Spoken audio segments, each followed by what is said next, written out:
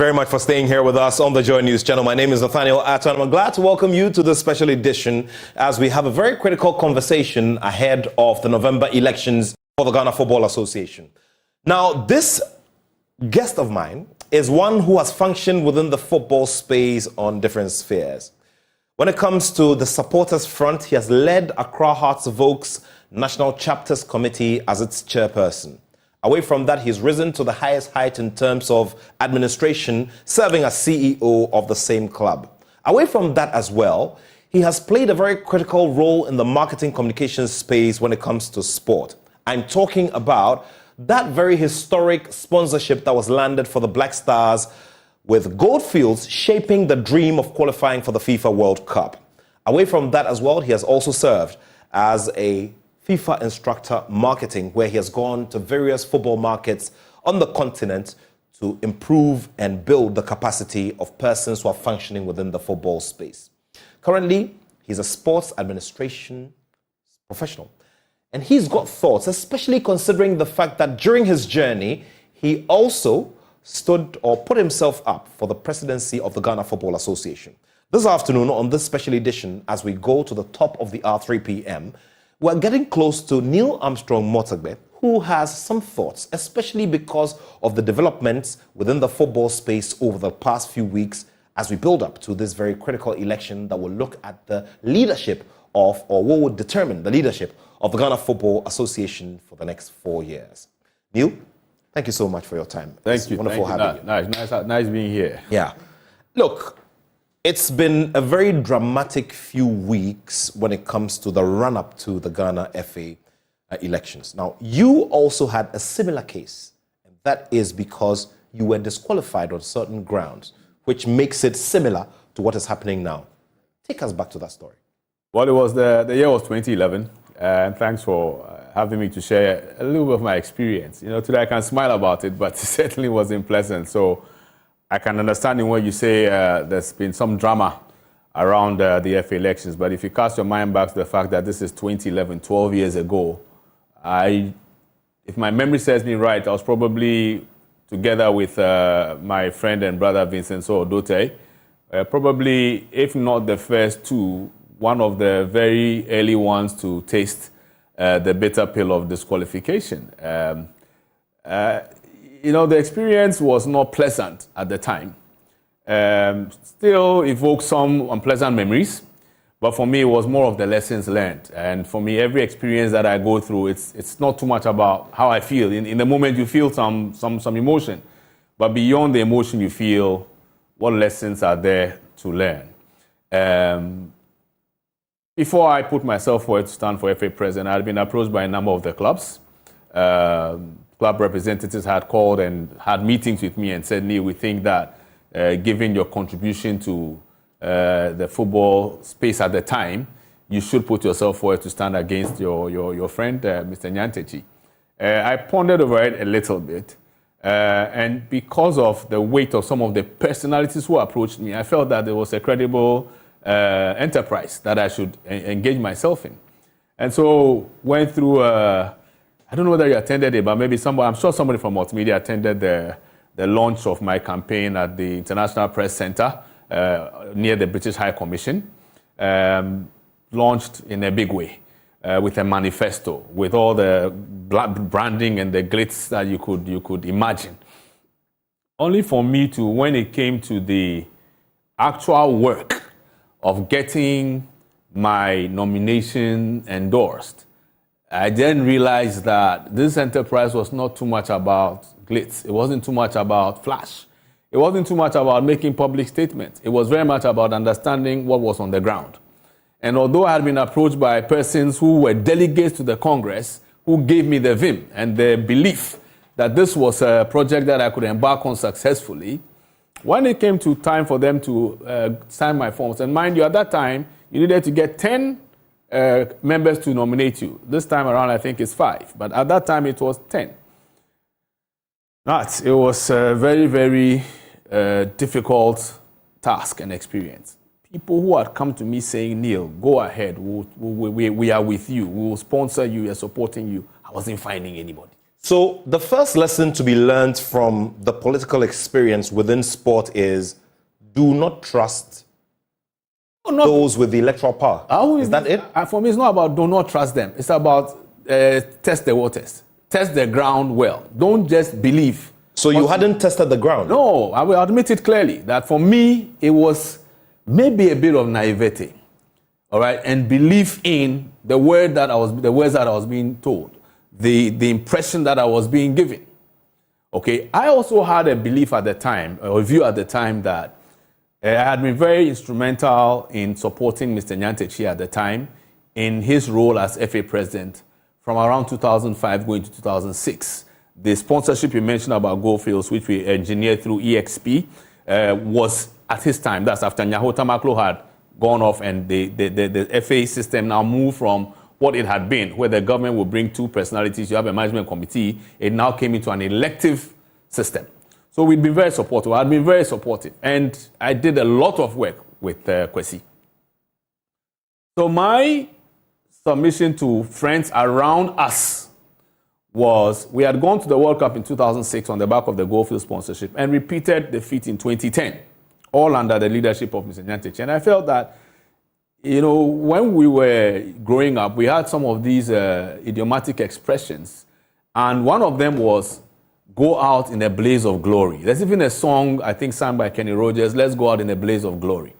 So my submission to my friends at the time was, we've gone to the World Cup 2006, we've gone to 2010, and Ghana was a penalty kick away from being the first African nation to enter the semi-finals. I felt that my brother had gotten to a point, or to, I would call it a zenith, as it were, of Ghana, taking Ghana football to its highest ever level.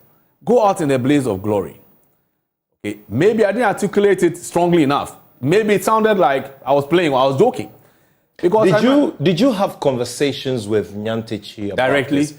Yes. No, I didn't. You didn't? No, I didn't. Tell me about the element of goodwill as well. Goodwill in the sense that this is an administration you had worked for. Your private firm, Krypton Sport. No, at the time I was doing EXP. EXP, yeah, okay. So, yes. But you had done, you'd even done consultancy, private consultancy for the FA. You had done work with the FA. Yes. So it was more like you just turning around and saying, my friends are not the option anymore. That's not a show of good faith. No, that's why I started by saying that let's go out in a blaze of glory. You've gotten to a certain point by the help of myself and others. All right, you're already climbing up in CAF. But there's a different conversation when it's friends within football. It's a different conversation. There's issues of loyalty. There's issues of granted all that. But at the time I put myself forward to stand for FA president, I wasn't within the inner circles of Mr. Nyantakyi anymore. Okay, and that's why I felt that, given where we'd got into, it was time for him to move on. If I were him, which is what I told Jordan and Agla, who was also close with May us. God bless his soul. God bless rest his soul. Was we've gotten to this point, okay, and you are climbing in CAF. Move on to the CAF ladder. And what I told to Joe, again, God rest his soul, was nominate anyone around you as your successor. Because the longer you stay there, the more likely you might get into a certain spot where people might feel you are trying to unduly self-perpetuate your reign over Ghana football. That for me was the mind with which I went in there. And granted, that's a question that I speak to. No, I didn't speak with him. But I did speak to people around. And beyond speaking to people was people who had also been around us, working with us, were the ones who came to me. Okay, it wasn't like I sat down, knocked my thigh and said, okay, Neil, it's about time to become. No, people had, I wouldn't just get up on my own volition and say I'm standing FA president. Nobody does that. You want to draw some energy from people who have a stake in the game, who have skin in the game. So that's basically the premise on which I put myself forward. For this one. Yeah. So you put yourself forward based on the stimulus you got around you from persons of influence within the football space. Absolutely. That was done. You got your disappointments. Yeah. And then what happened after that? Now, I'm interested in the relationship between yourself and Kwesi Nyantakyi after that, because Kwesi Nyantakyi had moved beyond having his claws sunk in the space of Ghana football, but now he had become an African and a global figure. Yeah. So the relationship with him after that? Oh, afterwards, obviously, in the heat of the moment, it would be a bit frosty. But afterwards, for me, I just felt, look, like I was saying earlier, it's about the lessons you learn. Okay, and for me, the biggest lesson, if the ground is not good, it's not good. You need to study the ground. And studying the ground is not as simple as just saying it in English. What is it? Is it relationships? Is it money? What is it? It's for me, it's heavily relationships. Because anybody can get money. It has nothing to do with money? Say anybody, Nat, you could get money, I could get money. Okay? You could give somebody 5,000, give another person 5,000. So who does he vote for? This is beyond money. It is beyond money. It's about the relationships that you have built over time. Okay, I hadn't built those relationships enough. Simple truth. And so thinking that I was riding on the back of, hey, Go Fields, Black Stars, and all the people around, I put myself in there. And when it came to the nomination, I'll talk about the nominations. That's why I learned the biggest lesson about the grounds. And I say the grounds because there are times when the grounds look good. But you need to know, you yourself, deep within yourself, you should know what work you've done. You should know whether or not you are that tight with the people. You should know whether you have traction with them. Over the last 3, 4, 5, 6, 7, 8 years, what have you done with them? Has there been any time where they approached you for some form of professional advice that you said, oh, I'm giving you pro bono, or for everything you do, you want coin or you want money? As an example, have you seen anybody going in an errant way and called him up and just said, bro, I saw you on TV, or I heard you saying this on radio. I think if you did it this way, it might be better. That's part of building relationships. Certain soft things. Look, for some people, it's as simple as every year you wish them happy birthday. It might sound simple, but it's about relationship. The things that build relationship. Any relationship. Anything that builds relationship, you must have done it consistently. You must have shown a genuine desire and a genuine caring for the people. It's not lip service. If you haven't done that, with some of the people, you can actually, maybe it's a funeral, or a new birth, or a wedding, or something in the family. This is our culture I'm talking about. If you've not done that consistently over time, and you think just by reason of the fact that you can put together a manifesto and put together a campaign team and announce to the world that I, Neil Armstrong, I'm putting myself forward for FA president, you get burned. And the day you understand that you get burned is when you need people to sign your nomination form. For me, that was the biggest thing about the grounds. It was then that I realized that even people, who had called me, who had given me vin, who had pushed me, Neil, go, even they were shying away from signing nomination forms.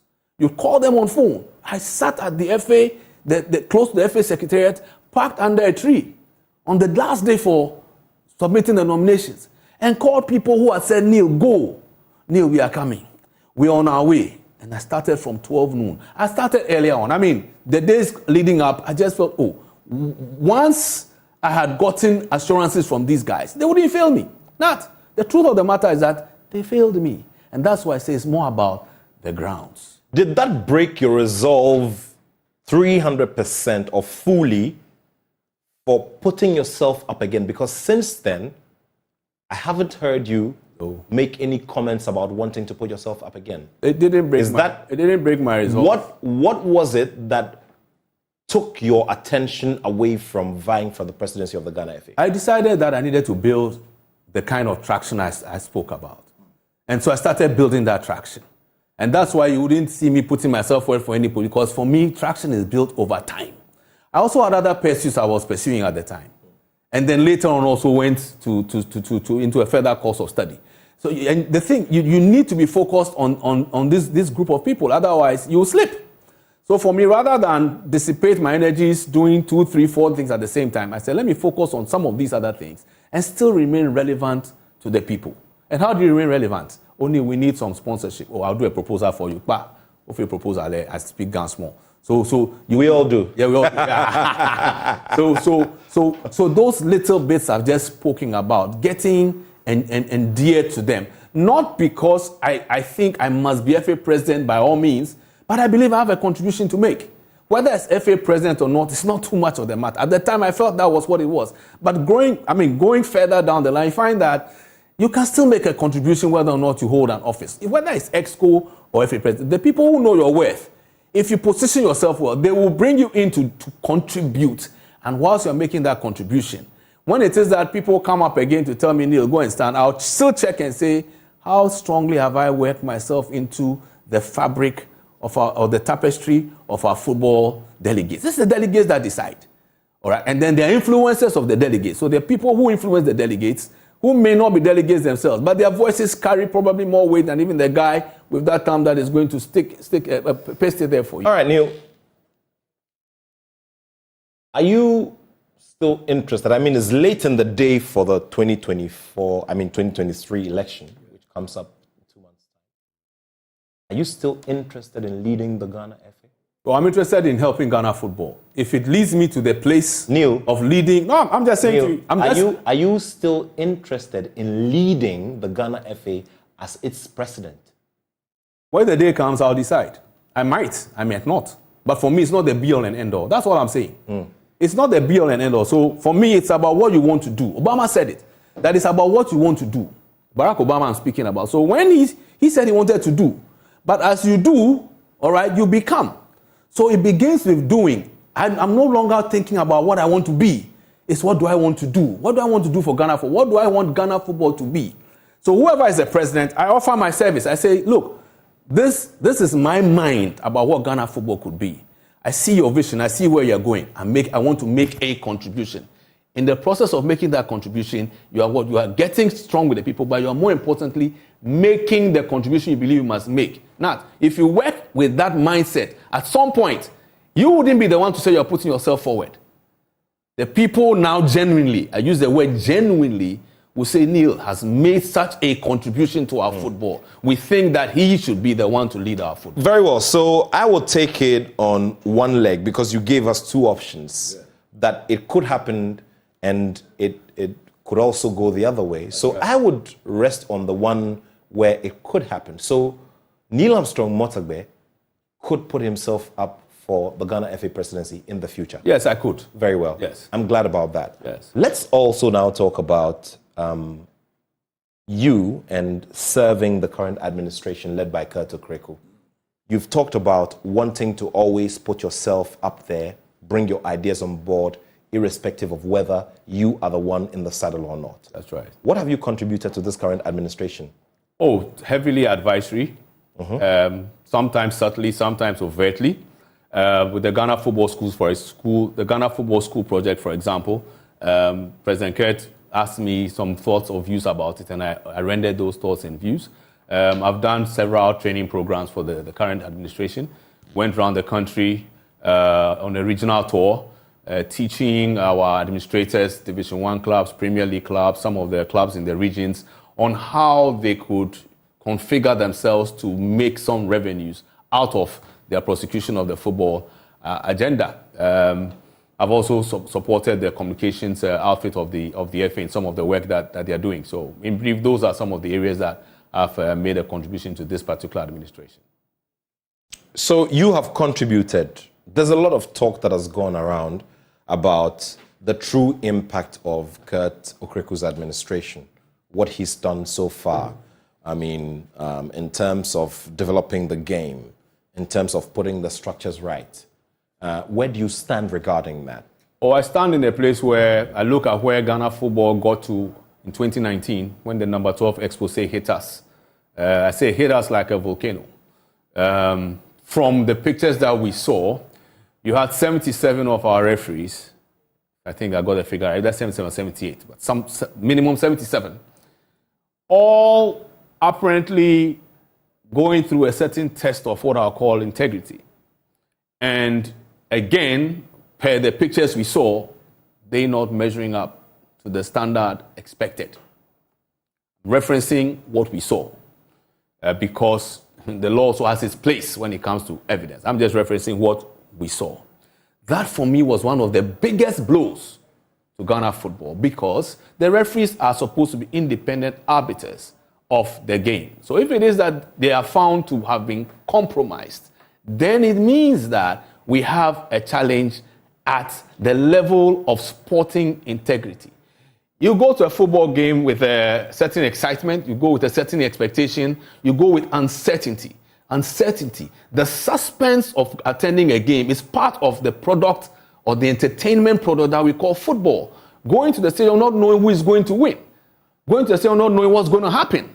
But here you have a case where it would appear that those who were to be independent arbiters were going to the stadia, all right, with results that were predetermined. Again, I'm choosing my words very carefully. That were apparently predetermined. That goes to the heart of sporting integrity. For me, that affected Ghana football in many. Some people even downplay it, but for me, it was the biggest hit out of the number 12 expose and created such a furore around our football.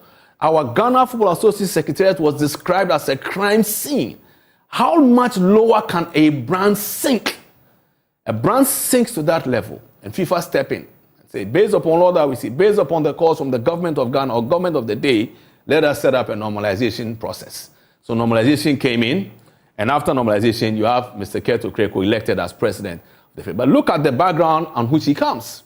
A brand that has gotten so low, a brand that if I'm a head of marketing in a company, I'll struggle to want to associate with, until I see that something significantly different is being done. Few months after you get into COVID-19, the president of the land shuts football down. You have all these as a backdrop to a job that he's supposed to accomplish in 4 years. I'll say Keto Kreko has done exceptionally well. Well, that's exactly what I was looking for.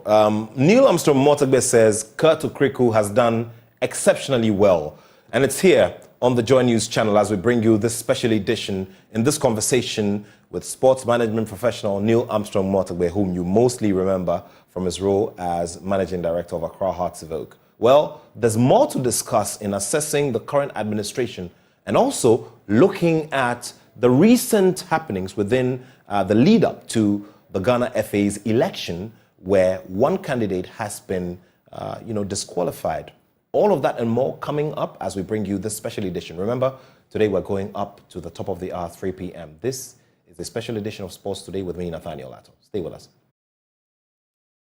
Well, you're still here on this special edition of Sports Today, and we're having a conversation with sports management professional Neil Armstrong Mortagbe. Now, he's been doing a review of the current Keto Kreko-led administration, who are looking for a second term in charge of Ghana's football development effort. Now, he has been there in the saddle before when it comes to vying for that position. And he's taken us through the journey and the lessons learned. Now, after looking at what's been happening in the past few years, we also want to project forward and look at what's been happening within the current space, especially as some are putting themselves up for, the presidency of the Ghana FA. Neil, thank you again for staying with us here. Now, you have given Kurt the tick that he's done well, considering the context within which he took over Ghana football. Absolutely. Very well. Now, in the past few, weeks, we've had a situation where there was a disqualification, and that has some similarity with what you experienced about a decade ago. Yes. What do you make of this whole situation where George Afriyie has been disqualified? He's gone through some legal processes within the structure of the Ghana FA, and now he's heading to CAS. Well, I'd say it's part of the process of deepening the operation of democracy in our football space. He himself is on record to have said that he respects the rules, he respects the laws, and where it is that he feels that there are grounds, and good grounds for him to pursue justice through the channels of the FA and go all the way to the Court for Arbitration for Sport, he would go there. So that's what I make of it. I mean, I went through it. In our time, you didn't go to the appeals committee. When I stood in 2011, you'd go to, there was an arbitral panel, you go to arbitration, and whatever the arbitration panel decides, if you're still dissatisfied, you will continue on to the Court for Arbitration for Sport, which is like our court for last resort when it comes to football. I decided after going through the arbitration and still failing to make it through the nomination that I just rested at that point. I felt that going further wouldn't serve any useful purpose. You know why? If my intent at the time, based upon the energy I spoke about earlier on from friends in football, was to become FA president, to lead our football in a direction that I believe would enhance or augment whatever it was that Mr. Nyantichi had achieved. And mind you, he had achieved, we were all part of it. He had achieved major and mega, and he was still growing. I decided that rather than continue to pursue a legal process, let me rest my case. also based on the fact, like I said earlier on, that after going through the nomination process that was so difficult. You know why I got some of my, just remembered, some of the people who nominated me were Ghana coaches, the Coaches Association, schools and colleges, security services. But they don't make up the larger bulk of the Congress. They didn't make up the larger bulk at the time. They still don't make up the bulk. The bulk is made up of the clubs. 18 Premier League clubs. At the time, I think it was 16. Yes. 48 Division 1 clubs. I couldn't get even 4 or 5 of them to nominate me. What business then did I have thinking that I would go into an election and win? The realization came rather late in the day, I would admit. I'd expended some resources. But I think maybe it was just God's way of saving me from dissipating further resources or additional resources that wouldn't land anywhere. And I therefore decided that once I'd been disqualified, tried the arbitration, didn't work, let me just rest it and still position myself to continue to make a contribution to our football. The current case is still within the court space. George Afriyie is resorting to CAS. In the hypothetical situation where this wasn't really the case, as in there was no CAS up, would you have probably told George the same thing that you're telling me now, to look at the reality of the situation and maybe back down and leave Kurt to go? You know why? You would have told him that? I would have told him that. And I would have told him. To back down and let Kurt go? Yes, I would. Because, Nat, when I stood, the people were quietly goading me on, but deep in their hearts, they knew that they weren't going to support me. You see that as what is happening with George? No, now, look at the number of endorsements that we have seen. Are we to disbelieve the lives of Dr. Nyauta Maklo? Are we to disbelieve the lives of Amaka Amatefio, Moses Amapaka? And some of these persons, in the last election, 2019, everybody in our football space knows where some of them stood in terms of who they were backing. Yet, these persons have come forward and said, we are not saying that our football is perfect. By no means. There's so much more work to do. But given the signals that we've seen of these 4 years of Mr. Kurt Edwin Simeon Okraku, we think he's laying a good foundation and deserves a second. It's not I saying it. Okay. So if Kurt called you after this show to tell you that he wanted you to get on the ground with him to campaign in the last few weeks in the build-up to the election, you do that? I wouldn't blink twice, man. You do that? I'll move it. You'd move it? I would move it, yeah. Very well. I would. Now, what are your thoughts about the current situation where there have been conversations in the background about a possible premeditated, desire to kick George Afriyie out of the race? I don't know where that's coming from. The reason why I say so is I see Division 1 league clubs. I see 10 regional football association chairmen or their vice chairmen go to pick a nomination form for the sitting president of the FA. Those 10 RFAs, if my memory serves me and I think I'm correct, each RFA contributes 2 delegates to the Congress of the FA. 10 by 2 is 20. You see the number of Premier League reps who openly endorse Kurt. You saw 20 women's Premier League clubs come out almost en masse saying that we are supporting the incumbent president. You see so many of the 48 divisions. Of course, George Afriyie himself said that one area where he will salute Kurt Okraku will be women's football. Yes, which I recall that, yes. Yes. But I'm just painting a picture of people who came out openly, all right? And they are persons, to my understanding and from my perspective and assessment, they are people who are of their own. They come out to do all that I've described. For me, it's too clear to me, all right, if I believe them, that the grounds are not good. That's why I said I'd advise George, given how I see the grounds, unless there's something different you see, unless the purpose that you seek to achieve, all right, is not what I think it is you want to achieve, then it's your right. It's your right to do whatever it is. But if I was in his shoes, given the fact that I didn't have the benefit of open face endorsements, I was running with people who were goading me and pushing me, go. The thing is in the open. I wouldn't go. Neil, are you happy with the conversation around, especially those that are negative? Because you see, the world outside of the football space is watching. Definitely. Okay? Definitely. The whole thing where everybody's saying, oh, some, not everybody, but some are saying, oh, this thing has been cooked for Kurt. I mean, if he really has the power that he has, then maybe even the elections committee should have just, allowed the process. Yeah, but then by the same token, why didn't they allow some of us to go through? At the time, later on, realizing how the grounds were, Mr. Nyantechi could have said, oh, look, Neil is not even going to be that much of a challenge. Let him go through. It's about rules, Nat. It's about understanding the rules and regulations and following them. And if in the wisdom of the elections committee, George failed to meet the grade, so be it. If he felt aggrieved, in fact, he feels aggrieved, so he went to on appeal. The appeals committee more or less upheld the decision of the elections committee. He's going to the court for arbitration for sport. It is perfectly within his right. And that's basically where I'll put it. About it, when people say premeditated, what is premeditation? Does premeditation lead to what the election committee is claiming, that your forms were not properly filled? If indeed there was a feeling or a suspicion or some anticipation that there will be a premeditated disqualification, whatever that means, would that not therefore be a reason for I, Neil, if I was the one involved, to make 300, 400% sure that my nomination was right? Very well.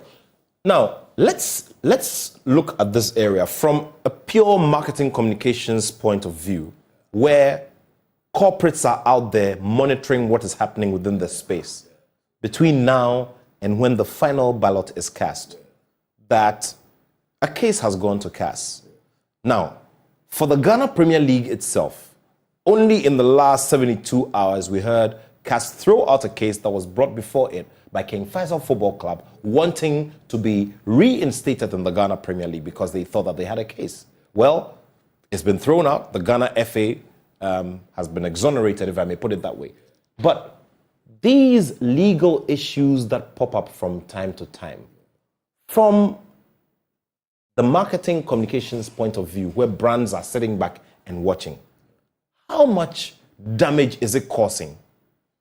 Because brands want to be associated, like you've said, brands want to be associated with entities that are trouble-free and are controversy-free.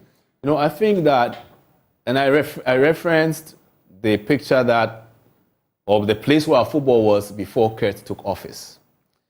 I don't see anything darker than that period of our lives in football, all right?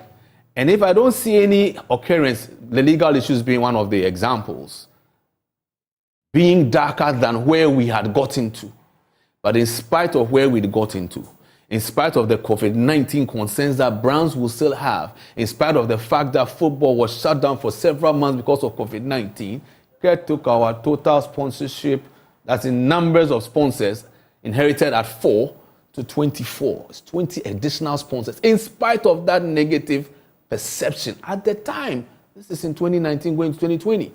Same way the perception was there, per the financial statements of the FA, it took the sponsorship revenues from 2.3 million Ghana cedis to 23.1 million Ghana cedis. You know what that is in percentage terms? 909%.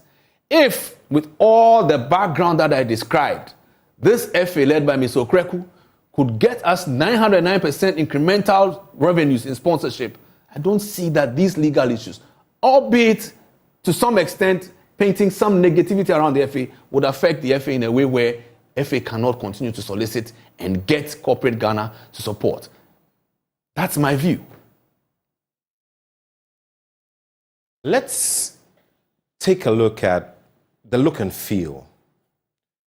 Some have said that the performances of our national teams is a clear reflection of the state of our football, or the state of or the pace of our development of our football. The Black Stars, who are the flagship brand, have not had a good story to tell. The last two major international tournaments. I'm talking about the AFCON and the FIFA World Cup. The Black Queens are pushing themselves to qualify for the next AFCON. Where do you stand on that particular, set of conversations? Well, for me, I'm a student of management, and I've worked in companies where, you work to what we call key performance indicators. So if you look at the totality of what the Football Association's work is, the national teams is one section.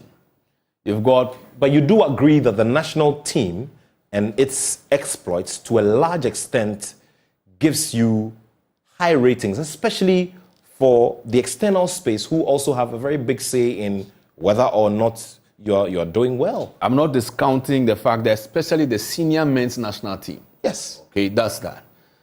Cast your mind back to 2018. What did we do with our national team? We didn't qualify for the World Cup, did we? No. So if you want to measure from 2019 coming up, if you even using the senior national team as your index, AFCON was a disaster, unmitigated disaster. You can run away from it. All right, but contrast that with the World Cup, all right, a qualification that I believe if Ghanaians would put their hands on heart, all right, and say how they felt before we played Nigeria in that final qualifier, if anybody is being sincere with himself, a lot of, even us in football, were in trepidation. For some of us, it was just because it's Nigeria, we know that when it comes to Nigeria, the form guide doesn't mean much. But for the people who are innocent bystanders, let me call them that, but still passionate Ghanaians, how many really felt that we're going to go over Nigeria with all the galaxy of stars that they had? All right, but I remember the certain Cecil Jones Atukefi of blessed memory, who took a local-based Black Stars with one foreign-based player in there and also faced another set, okay, of star-studded Super Eagles. What happened? We held them to a goalless draw in Ghana. The performance was repeated by the Otto Addo-led Black Stars in that penultimate qualifier. We went to Nigeria and got the 1-1 draw. That qualified us to the World Cup. If you are doing a comparison of era to era, up to 2018, we didn't qualify. 2022, we were in Qatar. Okay, so even at that level, in as much as we would have wanted to do better, you had a team that was even in an office of even in some form of transition. And you're playing in a group of experienced campaigners, Portugal, Uruguay, South Korea are the ones that you might say to some extent were our contemporaries. We beat them. Uruguay, we have played them in in South Africa. We also how it went. But Uruguay in 2022 was our easiest game. We lost it.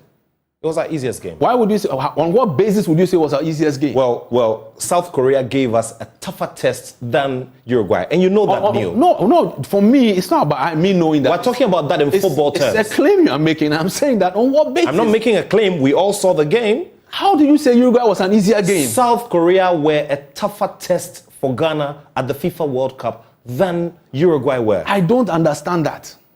Do you believe otherwise? I said I don't understand it. You need to tell me. That's fine. All I'm saying is people are talking about the Black Stars, and I've heard the comment that the Black Stars didn't make it through the group phase of the World Cup. 2018 we didn't qualify. So even at that level of wait. Before you go on, Neil, you do know that we've gotten beyond that stage before. So not qualifying beyond the group stage is a failure, whether or not the previous edition was a qualification or not. I'm saying that there are people who are criticizing Kurt, saying that the Black Stars had dipped. And I'm saying that in 2018, we were not in the World Cup. But before that, we had gone to the World Cup. 2014, how many years ago? Well, before that, we had also gone to the second round. And even in that one, we also crashed out in the first round, didn't we? Our best performance was in 2010. That was the apogee, the zenith, the apex of Ghana's football achievement. And I'm not saying that I'm proud that we crashed out at the first round. We'll be proud about it. All I'm saying is, if you want to have an intellectual debate, that is where I'll put it. But when you're having an intellectual debate, the highest height of achievement is your highest standard based on which you're going to mark yourself. All I'm saying is, Neil. If you are drawing a graph, we were 2010, let's say we were here. 2014, we came here. 2018, we came down further down, didn't we? 2022, where did we go? Did we go further down? We started climbing. And the gentleman is telling us that he's fixing the fundamentals. Remember where we came from. We came from number 12. We came from a situation, all right, if I want to go biblical, of what we call tohu and bohu. Tohu and bohu is a situation of, it's like a cataclysmic hit on Ghana football. You can only start rebuilding, all right, from the ashes. In 2010, we're not rebuilding from ashes. We were riding on the crest of waves. We'd gone to 2006 World Cup. We had a stock of players who had been together for so many years. You can't compare the two eras. It would be unfair. How we've been in football. We started football not today. So for me, let the context be right. And let's be fair to say that we are not proud that we crashed out in the first round. Nobody will say, Kurt will not be happy to say that. But all I'm saying is, you're drawing a graph of our performances. We'd gotten to almost, not even rock bottom, we've gotten to almost rock bottom, yes. And we started climbing. We can only keep working going forward. Look at the stock of players we have. How many of them are established brands? But look at what we had in 2006 to 2010. So the comparisons for me are not fair. Kurt, Neil. Well, the name Kurt, that's him in the background anyway. That's right. Currently, he's the only one up for the position. So, well, everybody would pardon my slip. We're wrapping up the conversation in the next minute and a half. We have many aspects of our football. For instance, the developmental area, developmental arm. There's a lot of work to be done there. Absolutely. And clearly, we have poles and poles of, work or loads and volumes of work to do.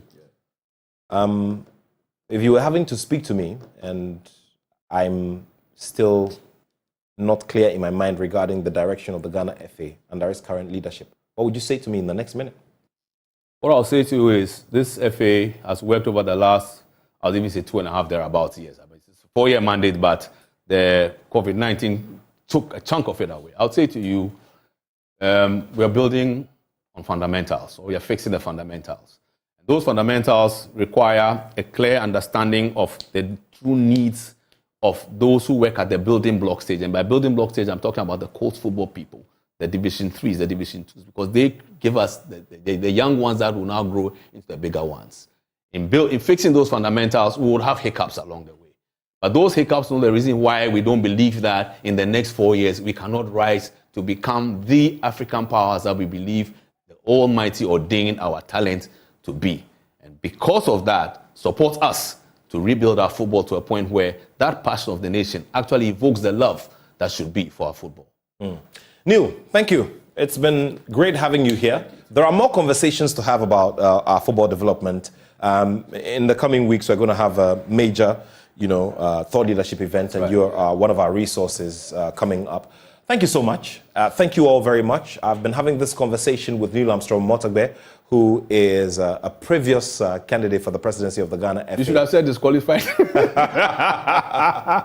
He was disqualified a decade ago, but now he wants to throw his weight behind Kurt Okreku. He's been giving some reasons. Well, the reasons are out there for you to go through and choose and pick. We'll do some more right here on this channel. The Pulse is coming up with Blessed. We will bring you that in a few moments. But thank you so much for watching. There's more to bring you later this evening at 8:30 p.m. when we bring you the major bulletin with some analysis. I'll be back on your television tomorrow with another Sports Today. Thank you for watching. My name is Nathaniel Attoh, and I have love for sport.